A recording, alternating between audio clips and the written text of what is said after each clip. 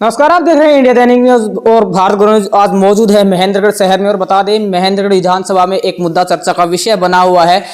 शिक्षा जगत की बात कर लें या फिर शराब के कारोबार की बात कर ले, हर इंसान अपने अपने तरीके से अपना अपना बिजनेस करता है। लेकिन जिस तरह से ऑडियो वायरल हुई, ऑडियो लोगों ने सुनी भी और उसके तुरंत बाद नांगल चौधरी से पूर्व में विधायक रहे राव बहादुर सिंह जी के द्वारा एक स्टेटमेंट जारी करके ऐसे अधिकारियों के खिलाफ कार्रवाई की मांग की गई। और हम कहना चाहेंगे सरकार से ही नहीं बल्कि जो लोकल प्रशासनिक अधिकारी से है उनसे भी, कि जो भी अधिकारी भ्रष्टाचार में संलिप्त है या अगर किसी का भी भ्रष्टाचार से थोड़ा सा भी इन्वॉल्वमेंट सामने आता है तो आप एक जिम्मेदार अधिकारी का फर्ज निभाएं और ऐसे अधिकारियों पर अंकुश लगाने का कार्य अवश्य करें जो अपनी छवि तो धूमिल करते ही हैं, साथ ही साथ ऐसे अधिकारियों की भी छवि खराब करते हैं जो कि भ्रष्टाचार में बिल्कुल भी जिनकी इन्वॉल्वमेंट नहीं रहती है। हमारे साथ आज एक ऐसी शख्सियत मौजूद है जिनका काफी समय से शिक्षा के क्षेत्र में दबदबा है। आइए मिलते हैं 2009 से 14 तक नांगल चौधरी विधानसभा से पूर्व में विधायक रहे राव बहादुर सिंह जी से बातचीत करेंगे, जानेंगे कि सारा मामला क्या था, क्या कुछ कहना है। क्योंकि जिस तरह से लगातार ऑडियो वायरल, इसके बाद स्टेटमेंट जारी हुआ, कयास लगाए जा रहे हैं, जनता में चर्चा का विषय बना हुआ। और इन्हीं सभी सवालों के जवाब जानने के लिए, जनता तक पहुंचाने के लिए कि असल में ये मामला था क्या असल में दोषी है सिटी SHO करीना,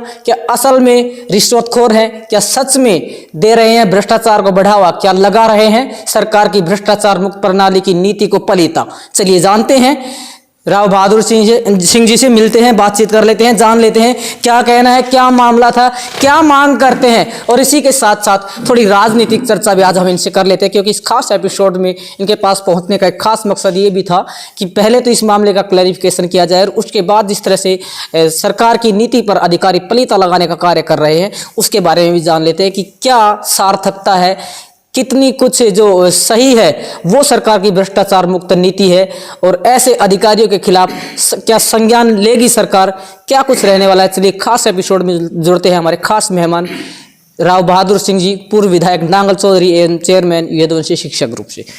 चेयरमैन साहब नमस्कार। नमस्कार। देखिए सबसे पहले मुद्दे की बात पर आना चाहेंगे। जिस तरह से एक ऑडियो वायरल हुआ उसके बाद आपने अपनी सफाई भी दी, तो ये ऑडियो का पूरा मामला क्या था और इससे आपका क्या कनेक्शन? ऑडियो का जहाँ तक मामला था, मेरे पास में करौली के शराब के ठेकेदार आए। उन्होंने कहा जी ऐसे ऐसे एक हमने 5 पेटी हमारे सेल्समैन ने दी और सेल्समैन ने दी, वो कहीं आकर के कनेडा में पुलिस से ने पकड़ने का काम किया। पकड़ने के बाद में जिस प्रकार से उन्होंने 120 का डरावा दे करके और सेल्समैन को उठाने का काम किया, सेल्समैन को उठा करके भी लाए और उसी वक्त उन्होंने 3 लाख रुपए उस सेल्समैन को छोड़ने के लिए, और छोड़ने के बाद में SHO साहब क्या मेरे ख्याल में कहीं न कहीं कमी पैसे की दिखाई दी। फिर उसने लाइसेंसी को खरीदने का काम किया और लाइसेंसी के पास में जब गए तो उन्होंने मेरे को आकर के बात बताने का काम किया। और मैंने SHO साहब से बात की कि SHO साहब ऐसे ऐसे कुछ करौली के ठेकेदार आए हैं और आपने ऐसा किया है। तो SHO साहब ने थोड़ी सी देर तो बात ठीक की, लेकिन बाद में SHO साहब तो तू मुँह पर आ गया। और तू मुँह पर आने के बाद में मैंने कहा कि SHO साहब आप कहते हैं कि 3 लाख रुपए लिए। उसने कहा लिए और आप भी लेते हो इनसे पैसे, और आप भी, आपका मेरा जो ड्राइवर था उसने कहा जी राव बहादुर सिंह बोल रहा है अक्सर मेले। कहा ये तो पैसे लेता है और तू भी लेता है इनसे पैसे। लेकिन मैं एक बात SHO साहब से इस इलाके के लोगों से पूछना चाहता हूँ, मेरी ऐसी कोई नीयत नहीं, मैं आज से नहीं, मैं 77 से यहाँ हूँ। अगर एक भी आदमी ये कह दे, बल्कि मैं राजनीतिक रूप में भी मैं 9 से 14 तक MLA रहा, पार्लियामेंट का चुनाव भी मैंने लड़ा, लेकिन मेरे ऊपर ऐसा लालछन अगर एक SHO लगाए, उसने तो पैसे लिए थे, मेरे ऊपर एक झूठा लालछन लगा करके उस आदमी ने कहा कि आप लेते हो इनसे पैसे। मैंने कहा SHO साहब थोड़ी सी इनको न्याय मिल जाए, तो वो तू मुँह पर आ गया। तो मैंने ये वीडियो वायरल की कि भाई ऐसे ऐसे एक SHO इतना भ्रष्ट है, और जहाँ एक SP ईमानदार हो और प्रदेश का गृह मंत्री ईमानदार हो, और वहाँ ऐसे भ्रष्ट अधिकारी आज यहाँ जिस प्रकार का काम कर रहे हैं उसको लेकर के फिर बाद में मेरे पास में उसके बाद में वीडियो वायरल करने के बाद में तो लोगों की और भी शिकायत है कि ये पूरे जिस प्रकार से कनेडा में सिटी इंचार्ज है और यहाँ हर होटल से जो अपने आप में होटल चलाते हैं, जहाँ रेजिडेंशियल होटल चलाते हैं ओयो के नाम से, उनसे भी पैसे लेता है। मेरे पास में ये ऐसी रिपोर्ट भी आई है। और यहाँ इसने पूरी तरह से पैसे, हर आदमी से पैसे ऐड करके, और ये लोगों को ऊपर जिस प्रकार से एक दबाव बना करके ये काम कर रहा है, उसको लेकर के मैंने वीडियो वायरल की थी। और मैं करता भी रहूँगा, आगे भी करता रहूँगा। अगर जब तक के सरकार या अधिकारी अगर न्याय नहीं देंगे, तो आपको एक और भी बताना चाहता हूँ, अगर न्याय नहीं मिली तो हमारे पास में फिर आखिरी में एक चीज़ बचेगी, रोड पर जाकर के हम बैठेंगे और न्याय की गुहार लगाएंगे सरकार से। क्योंकि मुझे विश्वास है कि जिस प्रकार का हमारा गृह मंत्री अनिल विज जी मेरे साथ में एमएलए भी रहा है, जिस प्रकार से वो इस बात को संज्ञान में लेकर के तुरंत इसके खिलाफ कार्रवाई करने का काम करेगा, मुझे ऐसा विश्वास है। और माननीय एसपी साहब भी अच्छे हैं, वो भी इसको संज्ञान में लेकर के इसकी सही इंक्वायरी करवा करके दंडित है तो दंड देने का काम करें। किस एजेंसी से आप जांच की मांग करते हैं? क्योंकि अभी हम बातचीत कर रहे थे, आपने कहा कि यहाँ की एजेंसी के अलावा किसी अदर एजेंसी से, तो क्या केंद्रीय एजेंसी से या फिर राज्य की जो इन्वेस्टिगेशन एजेंसीज है उनसे जांच करवाई जाएगी? किस प्रकार की एजेंसी से आप जांच? मैं तो जहाँ तक बात है, खैर मैं केंद्रीय की तो नहीं, लेकिन मैं चाहूँगा कि हमारे जिस प्रकार से सीएम साहब ने एक सीएम फ्लाइंग बना रखी है जी, और सीएम फ्लाइंग के माध्यम से हर बात को कहीं न कहीं से वो तैयारी कर करके हर चीज़ को पकड़ रहे हैं। मैं ये नहीं कहता कि सरकार गलत है, सरकार अपने आप में ठीक है, लेकिन यहाँ के ही किसी पुलिस अधिकारी को इस इंक्वायरी में लगाया गया तो उसमें तो लोपापोती हो जाएगी। जी। और जिस प्रकार से लोपापोती होगी तो फिर इसको कहेंगे कि इसमें ये कसूर नहीं है। इसलिए कहीं बाहर की दूसरे डिस्ट्रिक्ट से या केंद्रीय सरकार से आकर के इस इंक्वायरी को करवाने का काम करें, हमें संतुष्टि मिलेगी, न्याय मिलेगी। और इसको लेकर के मैं एक बात और भी पूछना चाहता हूँ। जिस प्रकार से आज 120 की बात करते हैं, अगर किसी आदमी ने हरियाणा प्रदेश में करोड़ों रुपए का हर जिले में काम ले रखा हो और काम लेने के बाद में वो आदमी अपने आप में अपने कारोबार पर 12 महीना आता भी नहीं है, और न आने के बाद भी अगर कोई सेल्समैन गलती करता है और उससे लाइसेंसी को या उस मालिक को, मैं तो ये कहता हूँ कि लाइसेंस ही नहीं, अगर कोई दूसरा भी बैठा है और कोई मेन आदमी बैठा है, उसको भी ये 120 में देने का काम करते हैं। गलती एक आदमी बैठा, पोता गलती करे और दादा को सजा मिले, ये कौन सी न्याय की बात है? मैं तो कहता हूँ कि अगर ऐसा है, अगर ये ऐसा करते हैं 120 भी में देते हैं, तो मैं एक बात पूछना चाहता हूँ, एसएचओ ने गलती की, क्या कभी किसी डीएसपी के खिलाफ 120 लगी है? क्या एसपी के खिलाफ लगी है? क्या आपके तहसील में अगर एक क्लर्क ने गलती की तो क्या तहसीलदार के खिलाफ 120 लगी है? क्या हर ऑफिस की बात करता हूँ, चाहे डीसी ऑफिस की बात करें, अगर डीसी ऑफिस में कोई गलती करता है तो क्या 120 डीसी साहब पे या एसडीएम साहब पर लगी है? तो ये एक व्यापारी पे इतनी बात लागू क्यों? एक व्यापारी दूर बैठा है, दूसरे इस प्रदेश में काम कर रहा है और रह रहा है दूसरे प्रदेश में, उसके ऊपर भी ठा करके 120 लगाने का काम करते हैं। उस बात को लेकर के इसलिए लगाते हैं कि उनसे मोटे करोड़ों रुपये लिए जाए, इसको लेकर के 120 भी में चाहे फंसाने का काम करते हैं।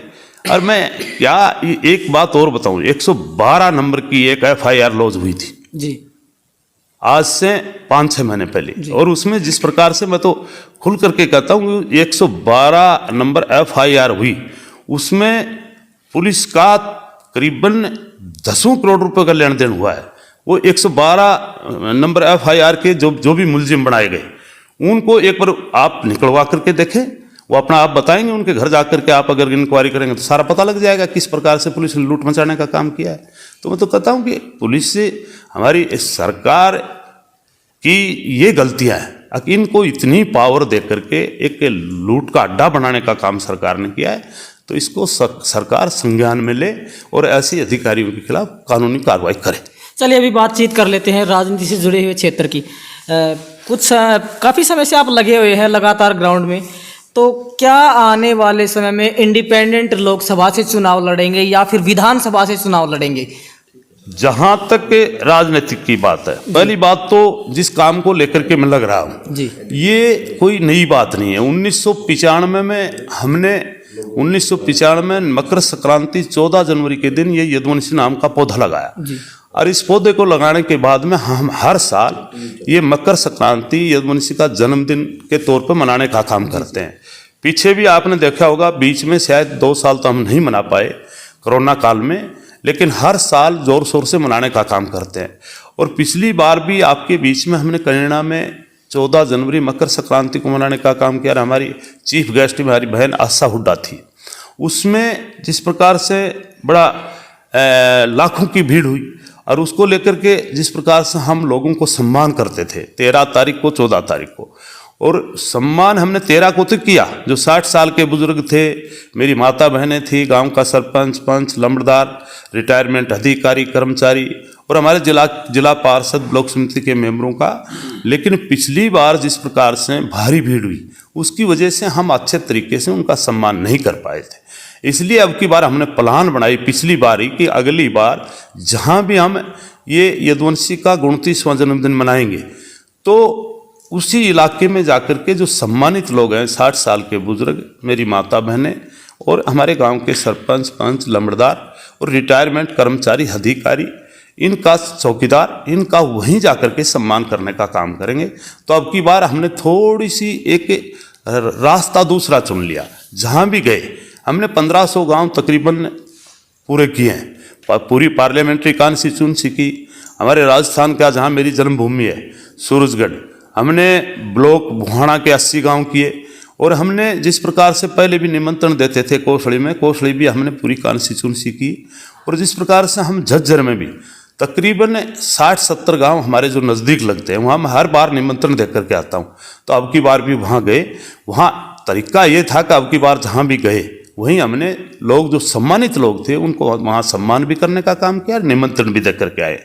और इसको लेकर के मैं एक बात कह सकता हूँ, राजनीतिक तो मैं हुई, मैं पहले भी एमएलए रहा हूँ 9 से 14 तक, और मैंने 14 में पार्लियामेंट का चुनाव लड़ा था। जिस प्रकार से मुझे जो लोगों का प्यार मिला था, बल्कि मैं ये कहूँगा कि जिस प्रकार का मुझे प्यार दिया, क्योंकि मोदी जी की आंधी थी और मोदी जी की आंधी में कोई 8 लाख से हार रहा था, कोई 7 लाख से, कोई 5 लाख से, लेकिन मुझे तो मात्र मैं 46,000 वोटों से पराजित रहा था, दूसरे नंबर पर रहा था।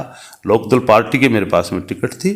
तो इसको लेकर के लोगों का मन भी है और इसमें भी कोई दो राय नहीं कि आने वाले टाइम में अगर सर्वे करवा करके टिकट देने का काम करेंगे तो कांग्रेस पार्टी मुझे टिकट देगी, इसमें कोई दो राय नहीं। क्योंकि जब सर्वे करवाएंगे तो मेरे से मजबूत कैंडिडेट मैं अपने आप में तो मेरे मन नहीं करना चाहिए, लेकिन सर्वे अगर करवाएंगे तो मैं कह सकता हूं कि टिकट मेरे को मिलेगी।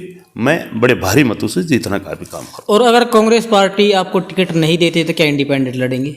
नहीं, वो फिर मैं अपने आप में नहीं करता। अगर मेरे को लोगों की मैं राय लूँगा, लोग अगर मेरे को ये कहेंगे कि आपको ऐसा करना है, लोग मेरे को कहेंगे कि नहीं आप एक चौकीदार का काम वैसे करें, तो मैं चुनाव नहीं लड़ूंगा। अगर लोगों ने मुझे इस बात पर कहीं न कहीं ये कहा कि हम आपके साथ में और आप ये काम करें, तो पहले मैं अगर इलाके के लोगों की बात आएगी तो मैं मेरे परिवार की भी बात नहीं मानूंगा, किसी और की भी नहीं मानूंगा। मैं लोगों की बात लेकर के ही साथ चलूंगा, क्योंकि लोगों ने मेरे को जिस प्रकार से मैं जिस परिवार से पैदा हुआ और जिस प्रकार से मैं छोटे से परिवार में पैदा होकर के और मैंने लोगों के बीच में काम किया, लोगों के बीच में मैंने जब एजुकेशन का काम किया और जिस प्रकार से मैंने इस इलाके के आज बात करते हैं अधिकारी बनाने का काम किया, चाहे आज तो आईएएस की बात करें, चाहे आईपीएस की बात करें, चाहे एचसीएस की बात करें, चाहे एचपीएस की बात करें, और चाहे आज तहसीलदार की बात करें, चाहे आईआरएस की बात करें, चाहे आज आप बात करते हो चाहे नीट की बात करें। आपको पता होगा कि जिस प्रकार से यदुवंशी ने पूरा इंडिया जीतने का भी काम किया, हमारी तनिष्का बेटी बाछोद की ने जिस प्रकार से पिछली बार पूरा इंडिया में नंबर 1 रही। और आज अगर मिलिट्री में भी बात करते हैं तो जिस प्रकार से पहले बच्चे कहीं की सिपाही लग करके जाते थे, वो हमने लेफ्टिनेंट बनाने का काम किया है। विदेशों में बच्चे हैं और मैं जब भी बच्चों को भी संस्कार देता था तो यही कहता था कि आपको ईमानदारी से, आप एक भगवान का रूप हो। देखो, मैं इस बात को मानता हूँ कि आज जो बच्चा यूपीएससी से निकलता है, चाहे डीसी बने चाहे एसपी बने, वो एक भगवान का रूप है। हम अपने आप में अगर कोई आदमी एमएलए बन जाता है तो मैं उसको कोई बड़ा नहीं मानता, कोई आदमी एमपी बन जाता है मैं उसको बड़ा नहीं मानता। मैं आज भी कहता हूँ कि इस देश का सबसे कर्णधार है और सबसे देश को चलाने का काम करता है तो वो एक यूपीएससी से निकला हुआ अधिकारी करता है, आईएएस करता है, आईपीएस करता है। ये देश को चलाते हैं। हम 5 साल के लिए बनते हैं, ये 60 साल के लिए, 20 की उम्र 40 ये देश को चलाने में पूरा सहयोग देने का काम करते हैं। ये संस्कार मैंने डालने का काम भी किया और मुझे ये पता है कि जो भी उच्च अधिकारी है वो ईमानदारी से काम भी करते हैं।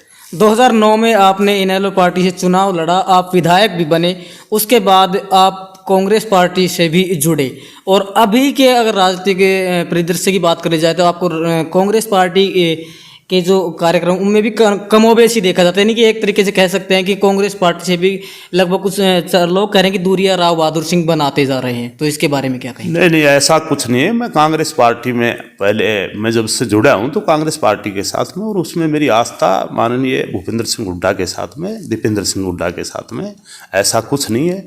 लेकिन ये प्रोग्राम मेरा अपना पर्सनल था। तो अब पिछली बार बहन आशा हुड्डा को ले आए थे, उससे पहले माननीय भूपेंद्र सिंह हुड्डा हमारे पूर्व मुख्यमंत्री थे, उनको ले आए थे। अब की बार हमने अपने जो बहुत ही जुझारू, मैं ये कहूँ कि किसानों की तेजी सतपाल मलिक, जिन्होंने अपनी सच्ची बात करने के लिए गवर्नर जैसी कुर्सी को ठोकर मारने का काम किया, तो मैं उनको ठीक लाया हूँ। इस प्रकार से कई बार हम रामविलास शर्मा जी को भी लाए हैं, धान सिंह जी को भी लाए हैं। हर बार कोई न कोई नया चेहरा हम ला करके इस 14 जनवरी मकर संक्रांति को मनाने का काम करते हैं। कुछ समय पहले आपकी तरफ से एक मामला भी दर्ज करवाया गया था जींद में किसी संस्था को लेकर, तो ये क्या मामला था, किस तरह से आप इस सारे फ्रॉड का शिकार हो? वो जहाँ तक बात है वो इगरा स्कूल जींद की, वो मैंने अपनी फ्रेंचाइज दे रखी थी, और फ्रेंचाइज दे रखी थी एक यदुवंशी की फ्रेंचाइज मैंने एक स्कूल में दे रखी थी, और हमारा 5 साल का एग्रीमेंट था, और मैंने वहाँ अपनी गाड़ियाँ दे रखी थी। वो मेरे को किराया देते थे और रिपेयरिंग के पैसे देते थे। गाड़ियाँ मेरे नाम से थी। 5 साल के बाद में हमारा एग्रीमेंट ख़त्म हो गया। उन्होंने कहा कि ये गाड़ियाँ आप यहीं छोड़ दें, हम आपको किराया देंगे और आपकी गाड़ियाँ बाद में आप अपनी गाड़ियाँ ले आएंगे तो आप अपनी वापस ले जाना। लेकिन उन्होंने एक फरार रच करके, जिस प्रकार से एक मेरे जूठे साइन मार करके, और उन्होंने उन गाड़ियों को बिक्री करने का काम किया, और वो उसको लेकर के फिर मैंने एक शिकायत की, उसके खिलाफ, उनके खिलाफ एक FIR लॉज हुई। और मैं आज भी कहता हूँ कि वो गाड़ियाँ मेरी थी, मेरे नाम थी। RTO से हर जगह हमने सभी जगह लिखवा करके दे दी। वो गाड़ियाँ यहीं से हमने फाइनेंस करवाई थी राव चिंजीलाल जनसेवा ट्रस्ट से। तो उन्होंने गलत किया, इसलिए उनके खिलाफ कानूनी कार्रवाई सरकार करेगी। इस मामले से हटकर अगर एक अलग और बात कर ले बीजेपी पार्टी की, तो लगातार जो विपक्षी नेता हैं उन्हीं के घरों पर या आवास पर या उनके ठिकानों पर जिस तरह से ED वगैरह की जो रेड की जा रही है, तो इसको आप किस तरह से देखते हैं, क्या कहेंगे? क्या राजनीति में देखो, जहाँ तक ED, इनकम टैक्स और GST, जी, ये भी जिस प्रकार से माननीय हमारे प्रधानमंत्री मोदी जी, मैं ये कहूँगा कि 5 साल जो पिछली थी उनमें जिस प्रकार से उन्होंने चलाया, मुझे इस बात से मैं बिल्कुल कहने में चाहूँगा नहीं, उन्होंने बड़ा अच्छा चलाया। लेकिन अब जो चल रहे हैं, जिस प्रकार से अपोजिशन के या सरमाएदार जो बिजनेसमैन, हाँ बिल्कुल, मुद्दा वही कि सिर्फ अपोजिशन पर ही क्यों, उनके ऊपर जो शिकंजा ED का और इनकम टैक्स का और GST का जिस प्रकार से उन्होंने शिकंजा घुमा रखा है। मैं तो एक बात और कहता हूँ कि आज काम करते हैं अधिकारी गलत, और बात आती है सरकार के ऊपर, चाहे वो BJP की सरकार हो, चाहे कांग्रेस की हो, और चाहे पीछे लोकदल की रही।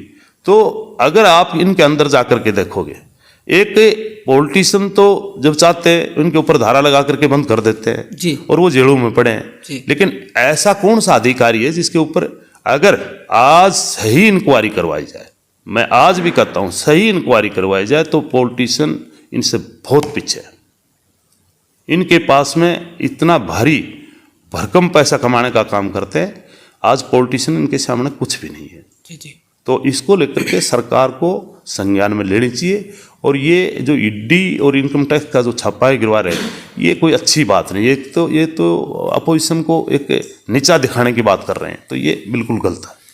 हमारे साथ मौजूद रहे पूर्व में नांगल चौधरी विधानसभा से विधायक रहे राव बहादुर सिंह जी। शिक्षा के क्षेत्र में एक बड़ा नाम है और इसके साथ साथ आपको बता दें, खास इंटरव्यू के दौरान एक बात और भी हमने क्लियर की है कि जिस तरह से लगातार बीजेपी पार्टी के द्वारा अपोजिशन जो नेता है अपोजिशन के, उनको निशाना बनाया जा रहा है, तो हम ही नहीं, राव बहादुर सिंह जी भी कह रहे हैं कि आप नेताओं की बजाय अधिकारियों पर शिकंजा कसिए। हमने लगातार बातचीत की है, कुछ राजनीतिक मुद्दों पर भी चर्चा की है और इसी के साथ साथ आज के इस खास साक्षात्कार का एक मुख्य उद्देश्य ये क्लियर करना था कि इस वायरल ऑडियो की क्या सच्चाई है, ये पूरा प्रकरण क्या था। अब कहते हैं कि विपक्ष आपके समक्ष ठीक उसी तरह से मीडिया और मीडिया के सवाल, मीडिया के जवाब और इनका जवाब आपके समक्ष आप तय कीजिए। और अगर आप भी किसी अधिकारी से इस तरह से प्रताड़ित किए जा रहे हैं तो आप की आवाज़ हम बनेंगे, आप हम तक अपनी समस्या पहुंचाइए, आपके साथ हम बने हुए हैं और लगातार आपकी समस्याएं उठाते रहेंगे। आप देखते रहें आपका अपना न्यूज़ चैनल इंडिया दैनिक न्यूज़ और भारत गौरव न्यूज़। कमेंट सेक्शन में अपना जवाब अवश्य दें कि क्या जो थानेदार है वो वास्तव में रिश्वतखोर है, क्या आप भी परेशान हैं? तो इस बारे में एक बार कमेंट सेक्शन में अपना जवाब अवश्य दें और इस प्रकरण में आपको कितनी सच्चाई दिखाई देती है, इसके बारे में अपना वैल्यूएबल फीडबैक देना बिल्कुल ना भूलें। जय हिंद, जय भारत, जय हरियाणा।